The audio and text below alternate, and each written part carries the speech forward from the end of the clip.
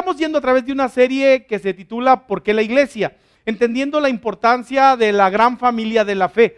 Hoy día se ha denostado, se ha minimizado la importancia de ser parte de la iglesia, parte de la familia de la fe. Pareciera como que la iglesia es un lugar al que vamos y si tenemos la oportunidad pues vamos y si no pues no vamos. Pero la iglesia no es un lugar a donde vamos, es una familia a la que pertenecemos. Estamos conscientes de que Dios ha hablado a nuestras vidas y nos ayuda a entender que de todas las cosas que vamos haciendo en la vida, conexiones, relaciones, a través, logros, objetivos, lo único que al final va a permanecer es la familia de la fe.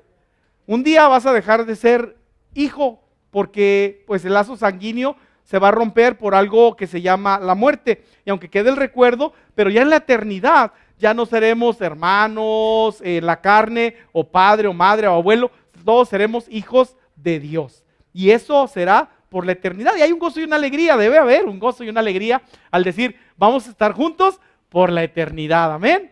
Amén. Y esto es algo que hemos estado aprendiendo y sobre todo que necesitamos comprender que como hijos de Dios, Dios ha sembrado algo maravilloso en nosotros. Y eso que Dios ha sembrado en nuestras vidas y en nuestros corazones se llama esperanza. Que eso es algo que en todo momento el mundo necesita. Yo te platicaba el domingo pasado y te decía que una persona puede durar, creo que el récord son 8 o 9 minutos sin oxígeno, ¿verdad? Y una persona puede durar 72 horas sin líquido y luego empieza a deshidratarse y muere. Una persona puede durar 40 días sin comida y luego se debilita y muere. Pero una persona, si le quitas la esperanza, ya está muerto en vida. La esperanza es algo que si te lo quitan, en ese momento ya no tiene sentido la vida. Ahora, no confundamos la desesperanza, ¿verdad?, con la tristeza. La tristeza es parte de la vida. Hay tristeza ante situaciones que vivimos, somos seres humanos, Dios nos ha dado sentimientos y expresamos esos sentimientos de diferente manera. Y uno de esos sentimientos es la tristeza. Y nos entristece algunas situaciones malas que pasan en nuestra vida o que nosotros consideramos malas, ¿verdad? Algunas no son tan malas, pero las consideramos malas y pues la pérdida de un ser querido, pues es algo que consideramos en todo momento triste. Pero es natural que tengamos tristeza, pero lo que no debe haber en nosotros es desesperación. La desesperación es cuando sentimos que nos ha quitado todo el sentido, algo que nos han quitado algo que representaba nuestro sentido y deseo de vivir, de existir, etcétera, etcétera. Entonces, cuando eso se tambalea o se desaparece, entonces hay desesperación en nuestras vidas y la desesperación nos puede llevar a cometer actos, pues, dudosos y no agradables. Hay personas que en su desesperación se han quitado la vida. Entonces, ¿qué estamos compartiendo? Estamos compartiendo esperanza. Como parte de la familia de la fe, estamos llamados a la esperanza de saber que en Cristo somos más que vencedores, de que Él es el remedio para todas y cada una de las necesidades básicas humanas. No hay una sola necesidad, no hay un solo sentimiento y emoción que si lo traemos a Cristo no va Él a sanar o a satisfacer o a arreglar en nuestras vidas. Y esta esperanza, dice la Biblia, que no avergüenza, sino que al contrario, nos da la esperanza para que nosotros vayamos y compartamos con otros esa verdad maravillosa que ha hecho una diferencia en nuestras vidas. Y esa esperanza la compartimos cuando compartimos las buenas nuevas de salvación.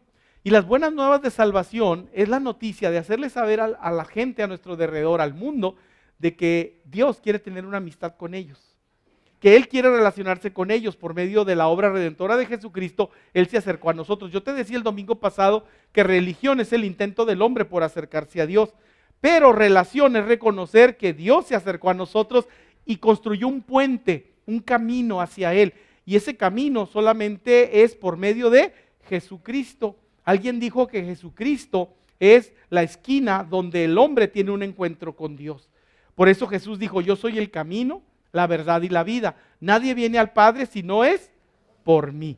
Y entonces, entendiendo estas cosas, comprendemos que el ser parte de la familia de la fe, el ser parte de la iglesia, nos da la oportunidad de cumplir tareas específicas que Dios nos ha dado para que a través del cumplimiento de esas tareas nosotros podamos ser luz, sal y bendición a las personas que están a nuestro alrededor. Y esas tareas son 5 tareas muy específicas y se marcan con la palabra pesca. pesca habla de los 5 propósitos de la iglesia. Pesca significa proclamar la palabra. La P de pesca es proclamar la palabra. Proclamamos las buenas nuevas de salvación, proclamamos la palabra y compartimos con otros la esperanza maravillosa que viene de poner y sembrar la semilla de la palabra de Dios en el corazón de los hombres. Luego la E de pesca significa enseñanza. Enseñamos la palabra de Dios. Primero proclamamos la palabra de Dios y entonces la gente recibe la palabra y luego les enseñamos la palabra a través de un proceso que se llama discipulado. Esta palabra transforma vida. Esta palabra sana, redarguye. De hecho dice que la palabra de Dios redarguye, exhorta, corrige, anima y prepara al hombre para toda buena obra. Lo dice en Timoteo. Y entonces proclamamos la palabra y enseñamos la palabra. Y luego la S de pesca significa servicio. Usamos la palabra y lo que la palabra nos enseña que debemos hacer con el prójimo. Amamos al prójimo, oramos por el prójimo, perdonamos al prójimo y hacemos todas aquellas cosas que la Biblia representa como de los unos a los otros. Entonces, pesca. Y luego C, tenemos comunión los unos con los otros. Por medio de la palabra nos amamos, nos corregimos, nos aceptamos, nos abrazamos en la fe. Y luego la A, adoramos a Dios a través, estas son las funciones que nos permiten dar testimonio de que Dios está trabajando en nosotros. Y esto es maravilloso porque esta obra no se detiene, es algo que continuamente estamos haciendo, proclamando la palabra, enseñando la palabra, sirviendo al prójimo, conectándonos en comunión los unos con los otros y sobre todo también adorando a Dios. Es lo que hacemos no solamente cuando estamos dentro de las 4 paredes del templo, sino en nuestro diario caminar por la vida. Y el domingo pasado veíamos, y tienes tu bosquejo ahí, y no viniste, hay una frase que vas a llenar y dice, mi responsabilidad en la familia de Dios es compartir con otros las buenas nuevas de salvación. Y estuvimos viendo en todo momento que esa es mi responsabilidad. No es una responsabilidad de unos cuantos, es la responsabilidad de todos los hijos de Dios. Dios quiere que nosotros aceptemos nuestra responsabilidad y entendamos que Él quiere usarnos para sembrar la eternidad en el corazón de los hombres, porque todos tenemos, escúchalo bien, todos tenemos o un familiar, o un amigo, o un conocido que no ha escuchado las buenas nuevas de salvación. Y nuestra tarea es ser instrumento de Dios para que ellos escuchen el mensaje salvador, el mensaje de buenas nuevas. Ahora, muchos de nosotros decimos, pero es que yo no estoy preparado para eso, ¿qué tal si la persona no entiende lo que yo le digo? Y el enemigo quiere bloquearnos de que nosotros cumplamos la tarea. Él quiere en todo momento inmovilizarnos, incapacitarnos, amedrentarnos, asustarnos, para que nosotros no hagamos la tarea a la cual Dios nos llamó.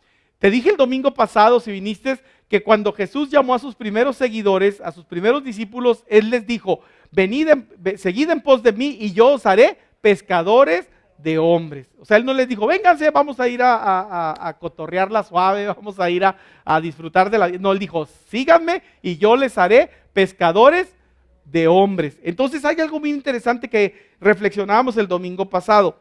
Si tú no estás pescando almas, si tú no estás alcanzando almas y pescando hombres para la gloria de Dios, tú no estás verdaderamente y apasionadamente siguiendo a Jesús.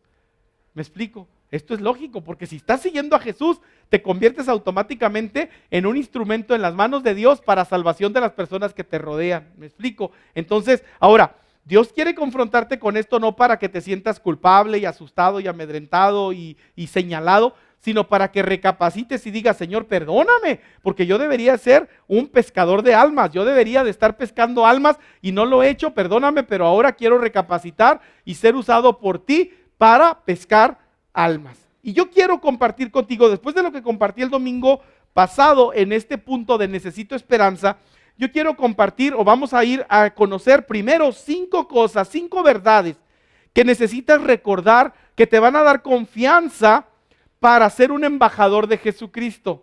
¿Sí? ¿Te acuerdas que yo también te hablé el domingo pasado y te dije que ahora somos embajadores en nombre de Cristo?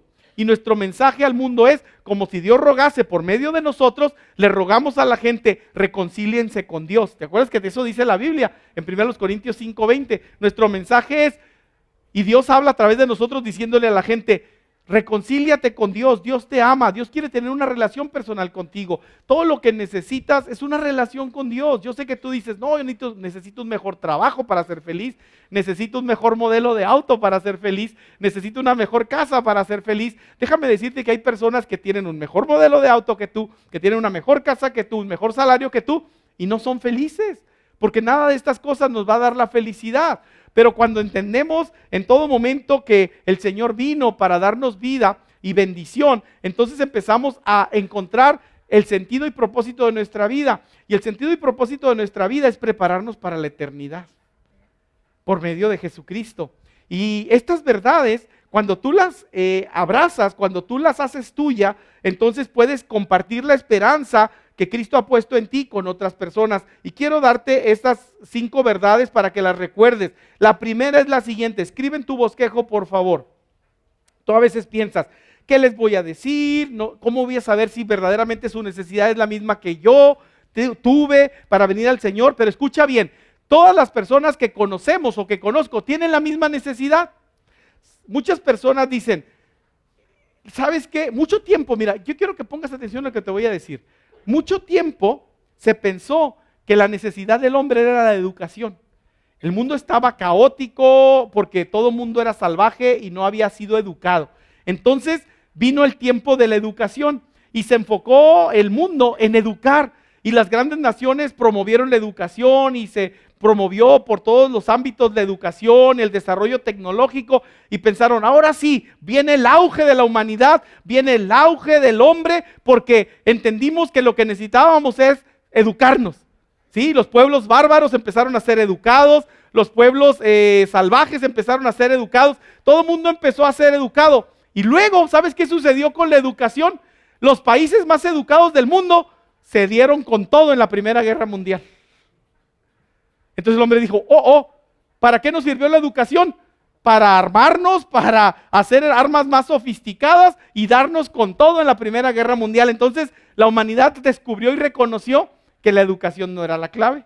Es bueno educarse, pero no es la meta y final objetivo de la humanidad. Entonces, todas las personas que conoces y conozco, todas las personas que conocemos, tienen la misma necesidad, y esa necesidad es espiritual. La principal necesidad que tenemos en la vida es una necesidad espiritual. Podemos tratar de satisfacerla con todos otros tipos de soluciones de este mundo, pero nunca vamos a encontrar satisfacción hasta que no nos enfocamos en lo espiritual, hasta que no traemos a Dios de vuelta a la ecuación. ¿Por qué? Porque en la ecuación de nuestra vida, un día, como seres humanos, como humanidad, le dijimos a Dios, ¿sabes qué? No te necesitamos. Y si podemos ser dioses de nuestra propia vida, ¿para qué te necesitamos a ti? Y entonces sacamos a Dios de la ecuación, de la relación, de la familia, y pagamos las consecuencias. Ahora es el punto en el cual debemos reconocer que nuestra necesidad primordial es reconciliarnos con Dios, reconectarnos con Dios. Mira, como ser humano, necesitas esa comunión con Dios, necesitas otra vez. ¿Por qué? Porque Dios ha puesto en ti esa necesidad. Esto es interesante porque Dios en todo momento ha puesto una necesidad espiritual en nosotros. Es curioso porque hay personas, voy a decirlo así, tribus que viven alejadas totalmente de la civilización.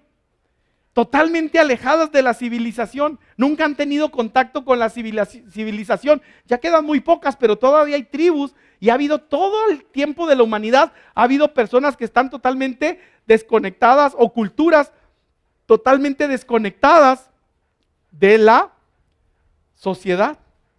Pero cuando alguien va y las descubre, ¿sabes qué encuentran ahí?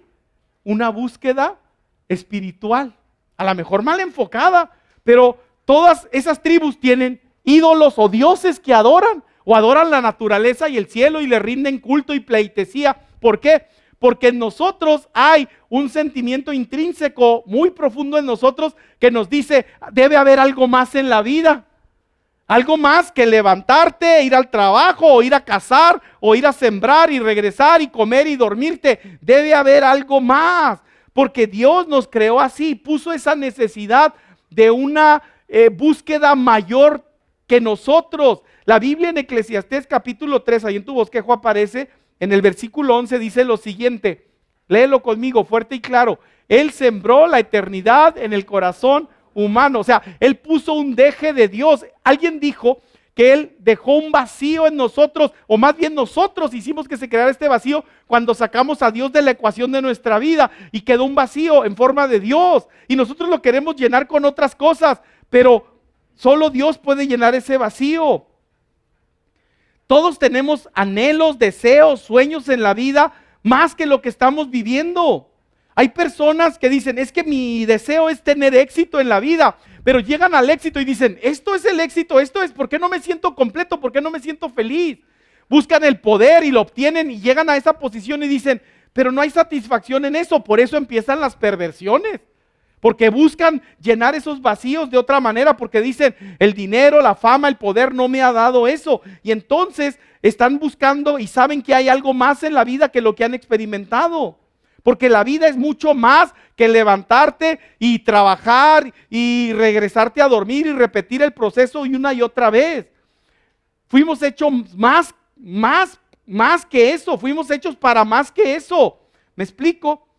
Instintivamente dentro de nosotros como seres humanos estamos en búsqueda de algo, estamos encontrando esa panacea, esa experiencia que nos haga sentirnos completos y llenos. Lo malo es que estamos buscando en los lugares equivocados, porque ese vacío solamente Dios lo puede llenar.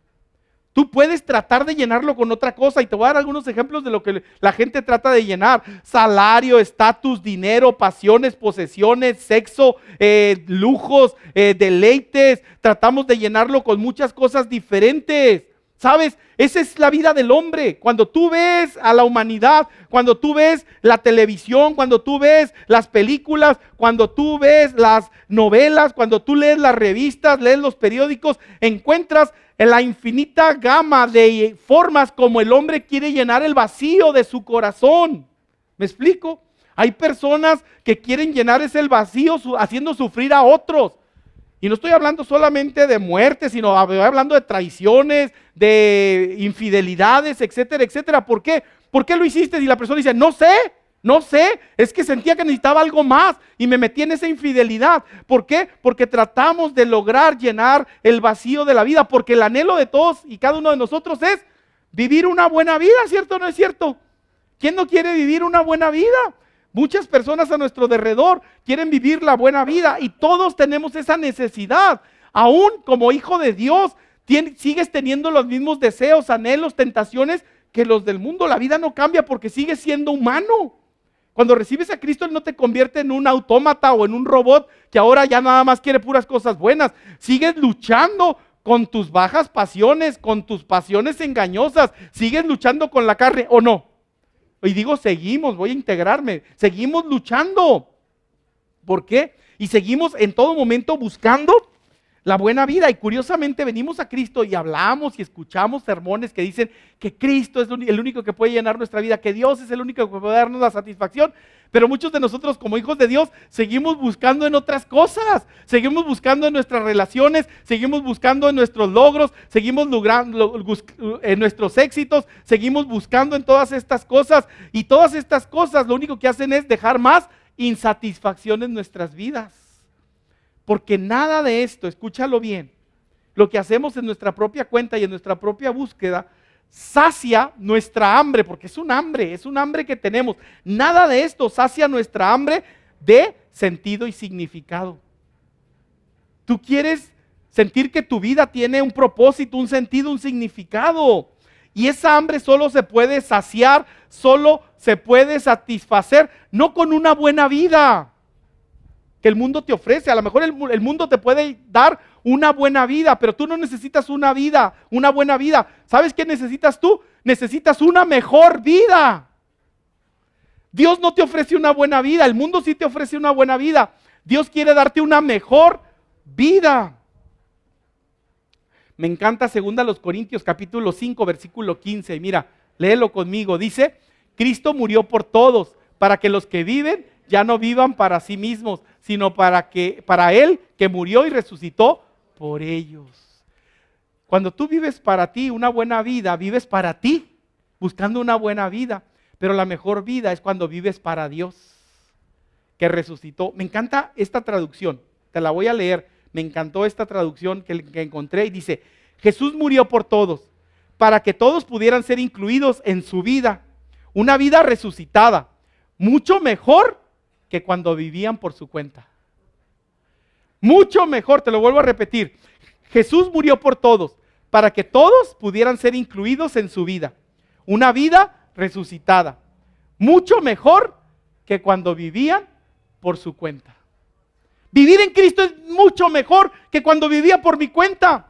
Pero la pregunta es, ¿está haciendo esta una realidad en tu vida? ¿O sigues viviendo por tu cuenta? Y has agregado elementos buenos a tu vida. Pero no se trata de agregar elementos buenos a nuestra vida. Se trata de darle nuestra vida a Dios, para ya no vivir por nuestra cuenta, sino vivir guiados por su Espíritu, haciendo su voluntad.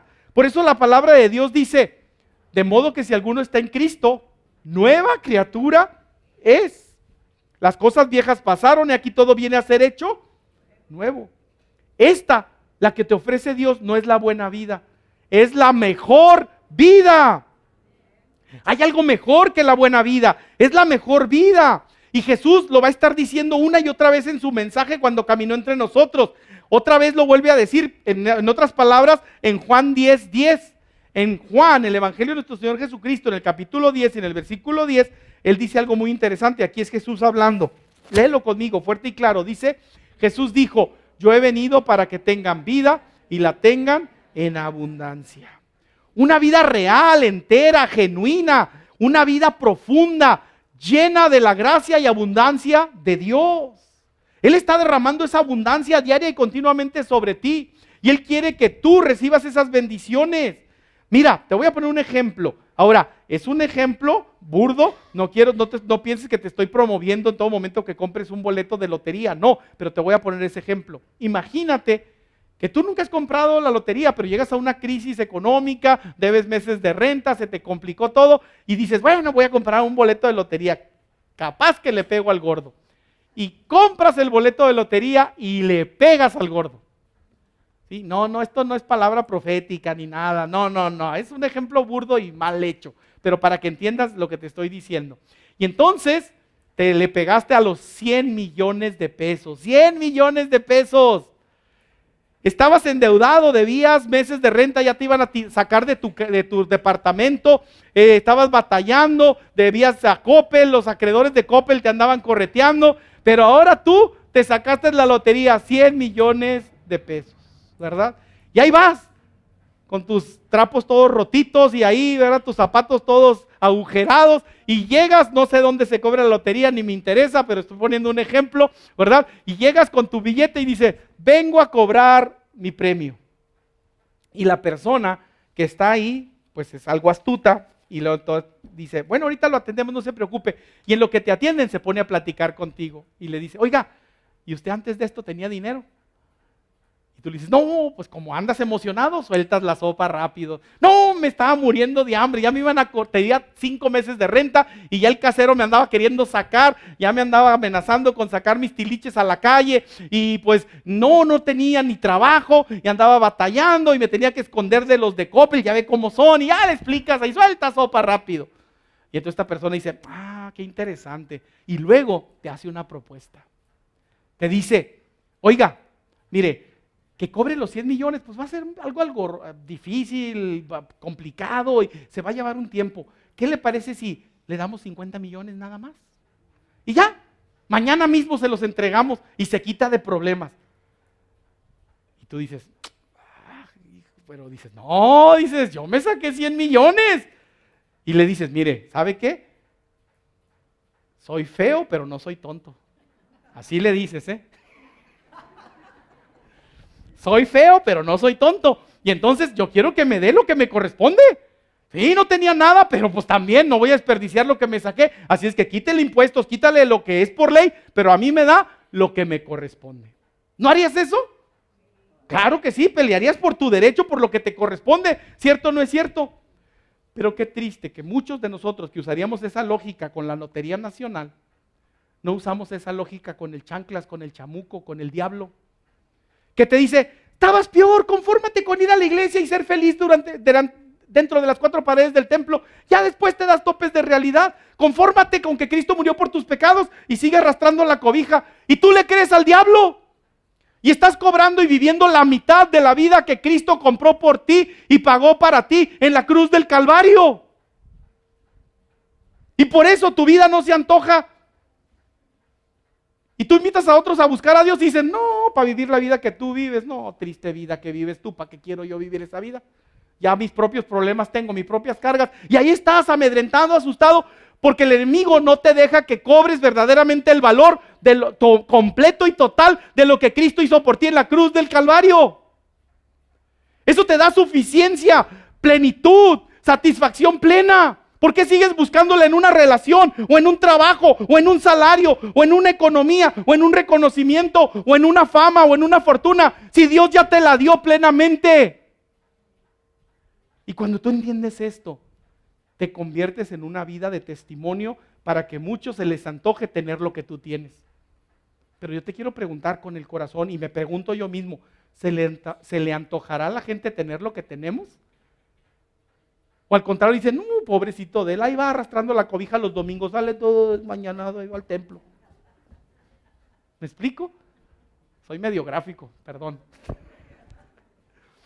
Pero ¿qué tal cuando nos ven en la semana confiando y ante los problemas y las dificultades? Mi esperanza está en el Señor, y esto, aunque me da tristeza, no me da desesperanza, no me va a robar el gozo, porque yo sé en quién he creído y sé que mi Dios es poderoso para guardar mi vida. Aún en el valle de sombra y de muerte no temeré mal alguno, porque Dios está conmigo. Me faltaron amenes, Dijo un hermano, no, si estuviéramos en otra clase de iglesia estuvieran bailando en las bancas. Yo he venido para que tengan vida y la tengan en abundancia, vida eterna, real, profunda, aquí y ahora. Imagínate un cristiano, bueno, en el cielo voy a ser feliz. No, ya tienes que ser feliz aquí y ahora, porque el Señor murió para que tú seas feliz desde el momento en que lo recibiste como tu único y suficiente Salvador. Pero si vamos ahí llorando por nuestras tristezas, entonces la gente va a decir, Cristo no es suficiente. ¿Cristo no es suficiente? Y ahí vamos, ¿verdad? Hay una historia, a mí me llama mucho la atención las películas que son hechas de historias reales, y en una vez vi una película que se llama La Amistad. Y La Amistad habla de un barco que es atrapado en las costas de Florida. Y entonces en Estados Unidos ya se había decretado la libertad para los esclavos. Entonces atrapan el barco, que era un barco cubano, y lo atrapan, estoy hablando de los 1800 por allá. Y entonces lo atrapan y entra a juicio. El juicio es muy sencillo. Si prueban que esos esclavos que andan en el barco son de Cuba, ya comprados y esclavos ya en Cuba, los iban a dejar que se los llevaran. Pero si eran esclavos traídos directamente de África, los iban a poner en libertad y los iban a regresar a África. Pero no voy a entrar mucho en el detalle, pero mientras se llevaba a cabo el juicio para saber qué es lo que correspondía, a los esclavos los metieron a la cárcel y los tenían en la cárcel, ¿verdad? Y entonces iba un grupo de cristianos de ese tiempo, ¿verdad? Entonces se paraban enfrente de las celdas y lloraban, ¡ay! Y lloraban, ¡ay! Lloraban mucho. Y entonces en la película uno de los africanos le dice al otro, ¿por qué sufre tanto esta gente? ¿Por qué sufre tanto esta gente? Y entonces uno de los cristianos le da una Biblia de esas de Dios habla hoy, que trae dibujitos, ¿verdad? Entre las letras trae dibujitos, entonces les da una Biblia y no entienden, pero ellos la empiezan a hojear. Y pasan 1 o 2 días él hojeando la Biblia. ¿Y sabes qué le dice?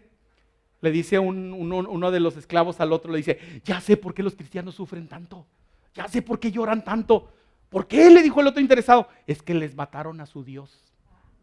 Vio la figurita donde está Jesús crucificado y aparece. Pues, y así muchos de nosotros pareciera como que nos mataron a nuestro Dios. Ahí vamos en la vida cristiana. ¿Me explico? Perdón si soy muy gráfico. Vengo a compartirte esperanza. Es decir, pues primero agárrala para ti. Primero vívela tú. ¿Me explico? ¿Sabes qué tenemos para ofrecer? Lo que la gente está buscando. El evangelio se debería de vender como pan caliente. Pero ¿sabes qué es lo que le da fuerza al evangelio? tu testimonio y mi testimonio. ¿Te ha tocado conocer a personas que son buenos vendedores? ¿Sabes cuál es la razón por la cual son buenos vendedores? Porque creen en su producto. Hay una historia que me llamó mucho la atención y es acerca de un hombre que anda vendiendo aspiradoras. Y cree tanto en la aspiradora, porque la aspiradora es potente y saca de problemas, que llega a una casa allá en la colina, allá mero arriba, nadie iba a esta casa, pero él dijo, yo hasta allá voy a vender aspiradoras, para que vean qué tan bueno soy para vender aspiradoras, porque yo creo en mi producto. Y llegó y tocó a la puerta. Y entonces, una anciana abre la puerta. Buenas tardes, vengo a venderle una aspiradora y no, yo sé que usted no va a querer me va a decir que no necesita aspiradora, que usted en todo momento no tiene ni alfombra, pero yo le garantizo que esta aspiradora le va a solucionar la vida. ¿Por qué esta aspiradora? Y le empieza a vender la aspiradora. Y en lo que estaba hablando, se acerca ya, se mete solo a la casa, ¿verdad? Buen vendedor, se metió solo a la casa y ve que está una maceta con tierra, ¿verdad? Y entonces le dice, tanto creo en mi producto y tanto se lo garantizo que mire, y agarra la maceta y la vacía en el suelo. ¿Qué hace? La anciana dice, ¿qué hace? No se preocupe. Mire, si esta aspiradora no absorbe toda la tierra que tiré, yo me voy de aquí sin ningún problema y empiezo a cucharear esa tierra y me la como yo solo. Y la mujer dice, interesante. Y agarra, va a la cocina y trae una cuchara y le dice, empiécele a cucharear porque aquí no hay luz.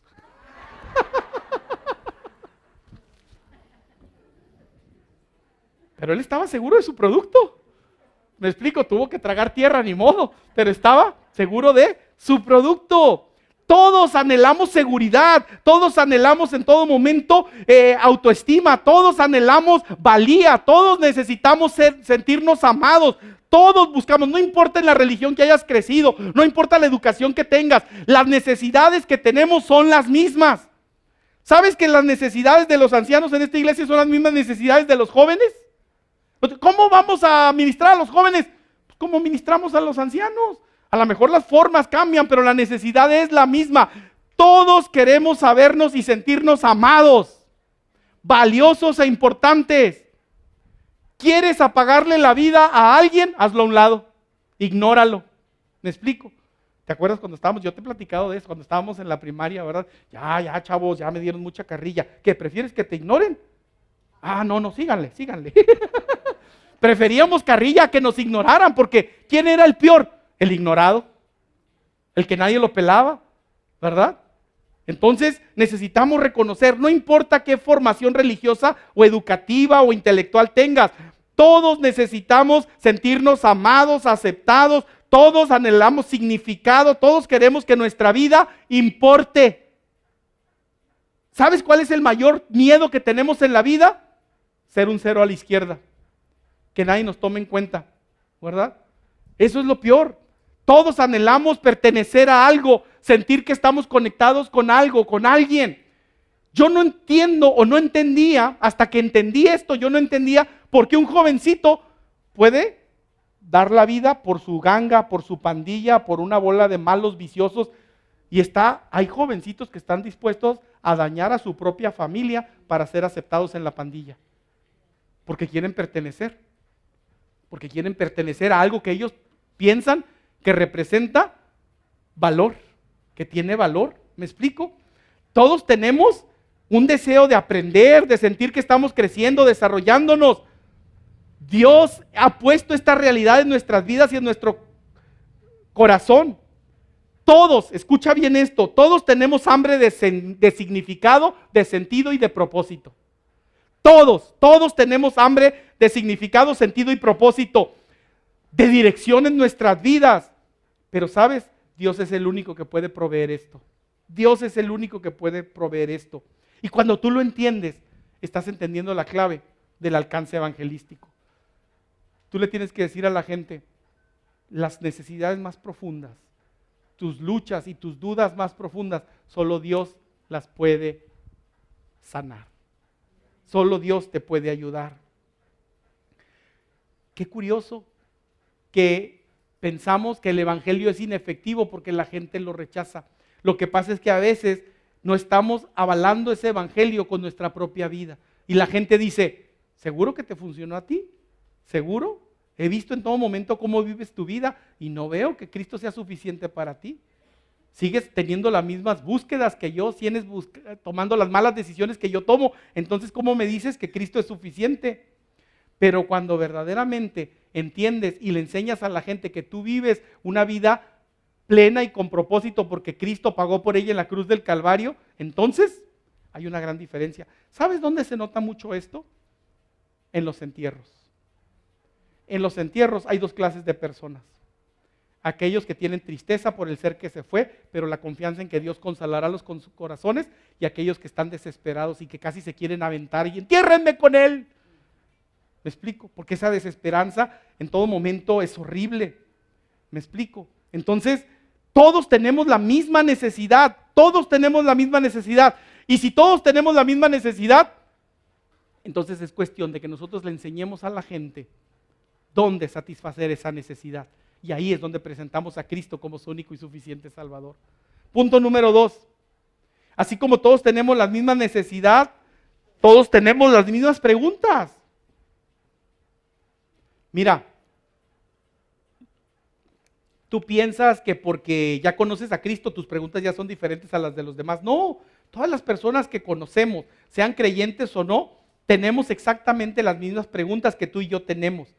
En Eclesiastés capítulo 3, versículo 11, otra vez la Biblia dice, nadie, léelo conmigo fuerte y claro, Eclesiastés 3, 11 dice, nadie puede comprender plenamente lo que Dios ha hecho, pero Él puso en nuestra mente preguntas sobre el pasado y el futuro, ¿sí?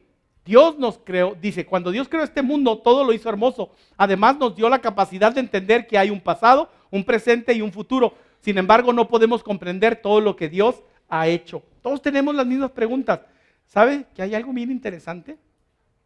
Que todos sabemos que hay una eternidad y que algo nos espera en la eternidad. Yo no sé si has notado, pero en las películas, cuando un malo mata a otro malo, ¿verdad? Ahora sí, muere canalla, ¿verdad? Y entonces el otro que está ya va a ser ejecutado dice, pero te veo en el infierno. ¿Sabe a dónde va a ir? ¿Me explico? No dice, no creo en el infierno, dice, nos vemos en el infierno. ¿Saben los malos a dónde van a ir? Todos sabemos, queremos sacarle la vuelta, pero todos sabemos que hay un destino eterno. O cielo o infierno. Todos sabemos, porque Dios sembró la eternidad en nosotros. ¿Sabes por qué se busca la fuente de la eterna juventud? O la flor de la eterna juventud. No sé si a estas alturas ya no sabemos si es fuente, flor o elixir o es fuente, ¿verdad? Fuente. Pero otros buscan la flor o otros buscan el elixir de la vida eterna. ¿Por qué? Porque sabemos que la vida no puede ser solamente este plano, debe haber algo más. Entonces, por eso, ahí anda mucha gente buscando la fuente de la eterna juventud. ¿Me explico? Pero, ¿por qué? Porque estas preguntas vienen de Dios. ¿Cuáles son las preguntas que Dios pone en tu mente? Hay un manual muy hermoso que si tienes la oportunidad, estúdialo, se llama Mi experiencia con Dios. Y mi experiencia con Dios en relación a compartir el Evangelio dice, compartir el Evangelio es solamente que tú veas dónde Dios está trabajando, de dónde Dios se está moviendo y te unas a lo que Dios está haciendo. ¿Me explico? Ahora, ellos dicen, ¿cómo sabes dónde Dios está trabajando? Donde se están haciendo preguntas espirituales. Dios ha puesto en nuestra mente y Él pone en nuestras mentes preguntas como, ¿quién soy? ¿Quién soy? Significado. ¿Quién soy? Es la pregunta del significado. Quiero saber quién soy. ¿Para qué estoy aquí en la tierra? Es la pregunta del propósito. Por eso el libro de Rick Warren, Una vida con propósito, fue un bestseller mundial. Porque contestaba esas preguntas, ¿quién soy y por qué estoy aquí en la tierra? Todos queremos saber de dónde proveemos, ¿verdad? ¿De dónde venimos? ¿De dónde venimos? Perdón. Todos queremos saber de dónde venimos. Está un hijo haciendo su tarea, ¿verdad? Y le dice, mamá, entonces aquí me están preguntando de dónde viene la humanidad. ¿Le pongo que venimos del chango? Y la mamá se queda así y le dice, ¿qué te pasa? ¿Cómo crees? No.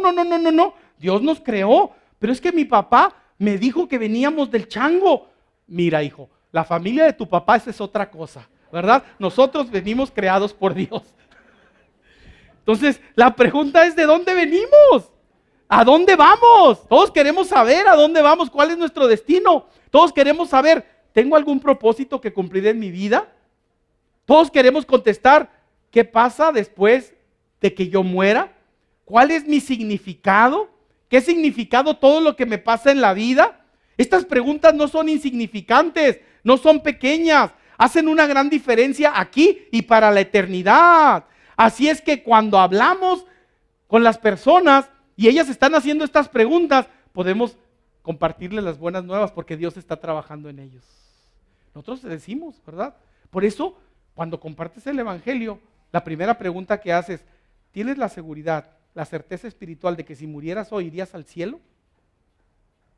Y la persona dice, no, ni siquiera sabía que había cielo. O posiblemente dice, pues sí sé que hay cielo, pero no me veo allá. Y entonces empiezas, ¿por qué? Y hay personas que te van a decir, no creo en el cielo. Y tú no te preocupes por eso, ¿verdad? Tú ora y dile, Señor, dame sabiduría para trabajar estas objeciones, ¿verdad? Esto es algo importante, pero cuando nos conectamos con estas preguntas, estaremos dirigiendo a las personas hacia Dios, a su pensamiento hacia el Creador, quien los creó. Y estas respuestas solamente se pueden dar en Cristo y en su palabra. ¿Me explico? Entonces, compartir el evangelio es reconocer que todos tenemos la misma necesidad, conectarnos con el Creador. Todos tenemos las mismas preguntas: ¿quién soy? ¿Qué propósito tengo en esta vida? Y cuando entendemos esto, nos damos cuenta que lo que dice Evangelismo Explosivo acerca de compartir el evangelio es una verdad bien significativa. ¿Qué dice Evangelismo Explosivo de compartir el evangelio? Compartir el evangelio es un mendigo diciéndole a otro mendigo dónde encontró pan.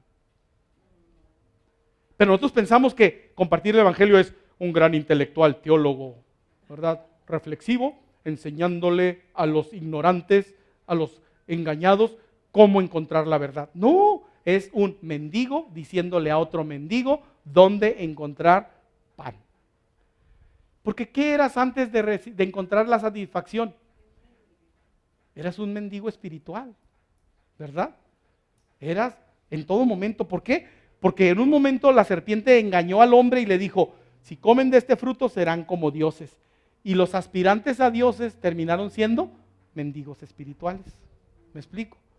Mendigando esperanza. Entonces, esto es algo muy importante. Cuando tú entiendes, entonces estás viendo que así como alguien tuvo misericordia de ti para contestar esas preguntas, tú vas a tener misericordia de otras personas para que ellos también puedan en Dios encontrar sus respuestas. Punto número 3. Punto número 3. Grábate esta verdad. Ya van 2 verdades que tienes que grabarte cuando sientas temor. Ay, no sé compartir. Recuerda, pues nomás le voy a decir lo que me dijeron a mí, ¿verdad? Hay una necesidad que solo Dios puede suplir. Hay preguntas que solo Dios puede contestar. Pero la tercera, acuérdate siempre, mucha gente no sabe en qué creer y por eso se confunde. Mucha gente no sabe en qué creer, por eso se confunde.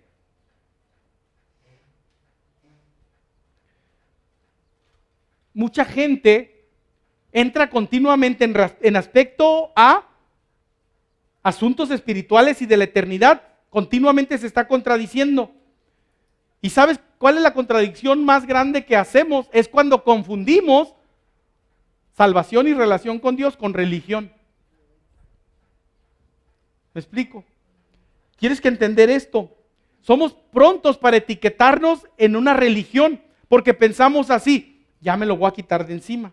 Entonces, cuando tú empiezas a hablar con alguien de aspectos espirituales, de aspectos de la fe, la persona luego piensa que le estás atacando su religión y te va a decir, es que soy mormón, es que soy testigo de Jehová, es que soy bautista, es que soy metodista, es que soy musulmán, es que soy católico. Y luego te va a querer coartar, ¿sí? la libertad de hablarle porque se etiqueta, porque dice, así me protejo. Y a veces hasta le agregan, ¿no? Mis padres eran eso y yo voy a seguir siendo eso. Y le dices, no, está bien, no, yo no te estoy hablando de religión, te estoy hablando de relación, ¿sí? ¿Sabes? Es algo bien interesante. Mucha gente que se etiqueta en cierta religión o en cierto culto o en cierta práctica o algo, cuando le profundizas, no sabe ni de qué se trata. Te voy a poner un ejemplo, te voy a decir algo muy interesante. Hay algunas personas que dicen, Alá y Dios son lo mismo. Alá y Dios son lo mismo. Alá es el Dios de los musulmanes. Alá significa Dios altísimo. Eso es lo que significa Alá. Entonces para muchos se les hace fácil decir, pues Alá y Dios son lo mismo. Y hay algunos cristianos o algunos pastores o algunos misioneros que dicen, es que sí, Alá y Dios son lo mismo. Y yo digo, no, espérame tantito, perdóname, pero no. Muy sencilla es la respuesta para entender por qué Alá y Dios no son lo mismo. Alá se reveló a través del Corán. Y cuando tú lees el Corán dices, este no es el Dios de la Biblia. Lee el Corán y te vas a dar cuenta que el Alá del Corán para nada es el Dios de la Biblia. ¿Me explico? Nunca entra en el aspecto de gracia. Alá siempre te ofrece que si matas a otros en su nombre, tú te vas a ir al cielo con él. ¿Me explico? Aunque hagas mal, aunque hagas daño a otras personas, ese no es el Dios de la Biblia. Entonces Alá no es lo mismo que Dios. Y hay personas que dicen, es que todas las religiones buscan lo mismo. Sí, la religión busca lo mismo, acercarse a Dios, pero no todas las religiones son lo mismo. Yo siempre te he dicho desde este púlpito una cosa muy interesante. Mira, si tú agarraras todas las religiones y pensamientos religiosos del mundo y los trajéramos aquí y los pusiéramos aquí, tendríamos que hacer una sencilla división entre las dos cosas.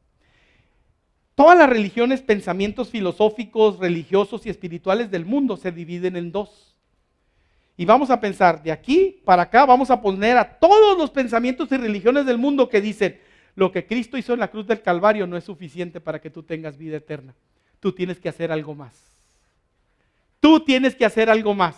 Buenas obras, cumplimiento de mandatos, hacer esto, lo que tú quieras.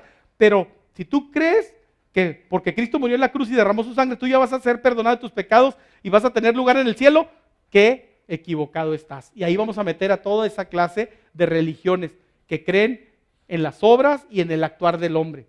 Y por otro lado, queda nada más el espacio para decir, todos aquellos que creemos y decimos, la obra de Jesucristo es suficiente y no hay que agregarle nada más. Lo que Cristo hizo en la cruz del Calvario es suficiente para que tú y yo tengamos perdón y salvación, vida eterna. Y no hay que agregarle nada más. Y ahí está. Entonces no todas las religiones son lo mismo en el sentido de propósito, en el sentido de acción. Pues sí, todas buscan congraciarse con Dios, pero al final de cuentas entonces mucha gente no sabe en qué creer y por eso se confunde. No todos hemos creído lo mismo. Así es que si crees, entonces no significa que sabes. Tienes que profundizar. Por eso no nos conformamos con que recibas el regalo de la vida eterna. Hay que discipularte. Hay que enseñarte a leer la Biblia. Porque Jesús dijo, y conoceréis la verdad, y la verdad os hará libres. ¿Sabes? Me llama mucho la atención. La religión nunca te va a hacer libre. La religión te va a atar más y más cargas. Jesús, hablando de la religión, dijo, los religiosos ponen cargas sobre las personas que ellos no quieren mover ni con un dedo. Pero ¿sabes qué sí te hace libre? La palabra de Dios. La palabra de Dios. ¿Sí? Por ejemplo, hay personas que dicen y piensan, es que no hay nada absoluto en la vida. Nada hay absoluto en la vida. Todo es relativo. De hecho, hay un escritor que escribió algo semejante a lo que voy a decir, no sé si pero dijo, la vida no es verdad ni mentira, sino todo tiene que ver con el cristal con que se mira. Pero eso es una falacia, eso es una mentira.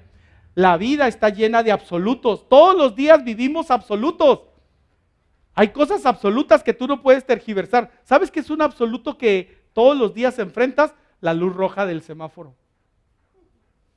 Es un absoluto. La luz roja significa detente. Porque si no, corres el riesgo de dos cosas, o causar un accidente o obtener una multa. Pero está el absoluto. Si tú te pasas la luz roja, eso no invalida el valor de la luz roja.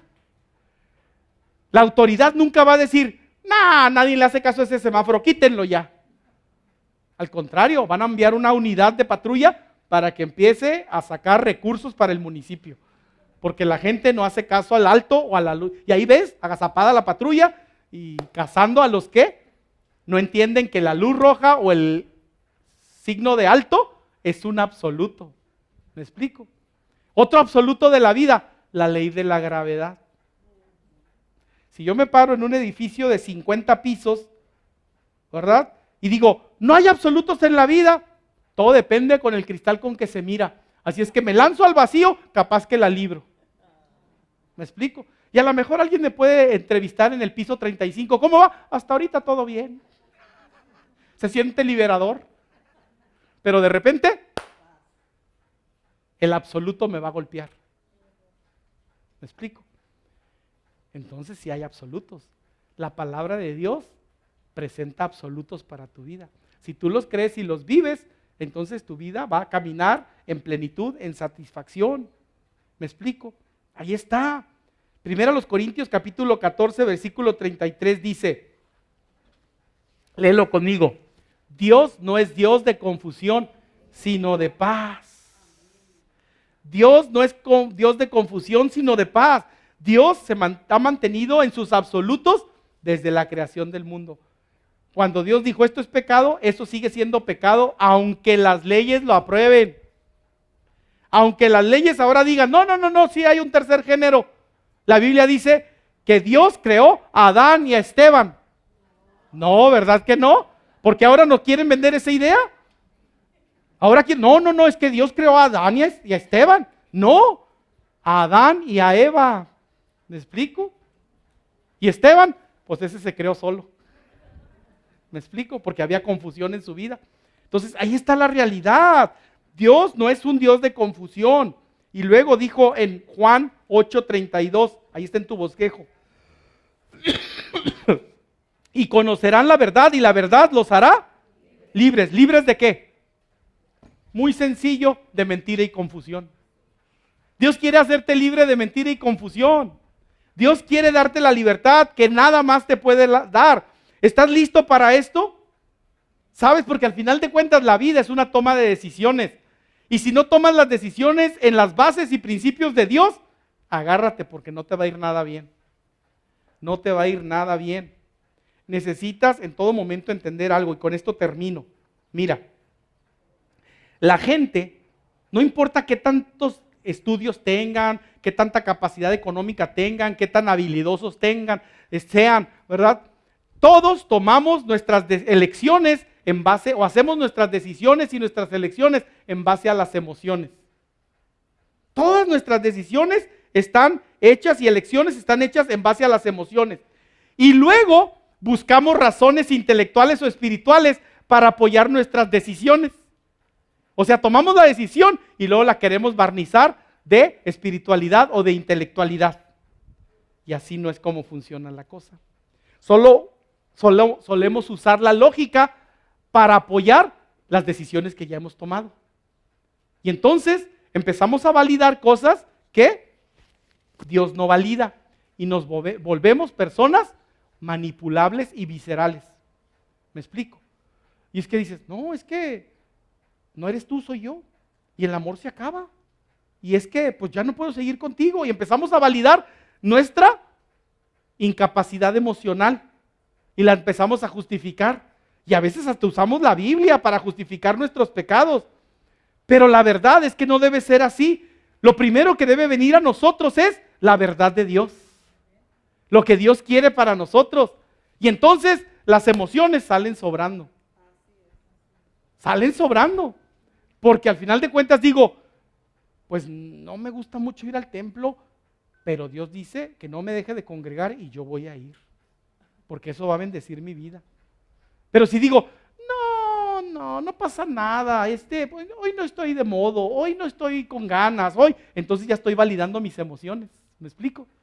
Y nunca voy a crecer a la madurez que Dios quiere que crezca y nunca voy a empezar a tomar la vida como Dios quiere que la tome con responsabilidad. ¿Me explico? Estamos pagando las consecuencias de un mundo que ha dado autoridad a sus emociones en base de darle autoridad a los principios de Dios. ¿Me explico? Y entonces por eso el mundo se echó a perder. Y aquí me detengo, y hay 2 puntos más que quiero compartir en esta parte del sermón contigo, pero lo haré el próximo domingo. Pero yo quiero decirte, estas verdades deben motivarte a ti para poder seguir caminando en el Señor, para seguir buscando de Él, para seguir en todo momento entendiendo que cuando el Señor toma totalmente el control de tu vida, esa vida empieza a vivirse en otro nivel, en otro plano. Ya no solamente vives la buena vida, sino que empiezas a vivir la mejor vida. La mejor vida. Qué bonito es en todo momento que busquemos a Dios. Pero esa búsqueda primaria de Dios depende de muchas situaciones. A veces buscamos a Dios porque nos está yendo mal. Y entonces busco a Dios porque digo, Señor, ayúdame porque ya no quiero que me vaya mal. Pero cuando ya empiezo a entender que Dios es la esencia de todo lo bueno para mí, de una relación que satisface mi vida, que le da sentido y propósito a mi vida, entonces ya no lo voy a buscar solamente cuando se me atora el carro, ya no lo voy a buscar solamente cuando se me complica la vida, sino le voy a encomendar mi vida y mi camino todos los días.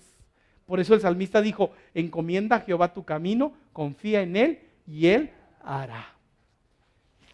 Y lo más importante, cuando empiece a vivir esa clase de vida, empezaré a ser un referente, empezaré a ser un testimonio para que otras personas a mi alrededor digan, se me antoja vivir la vida que esta persona está viviendo.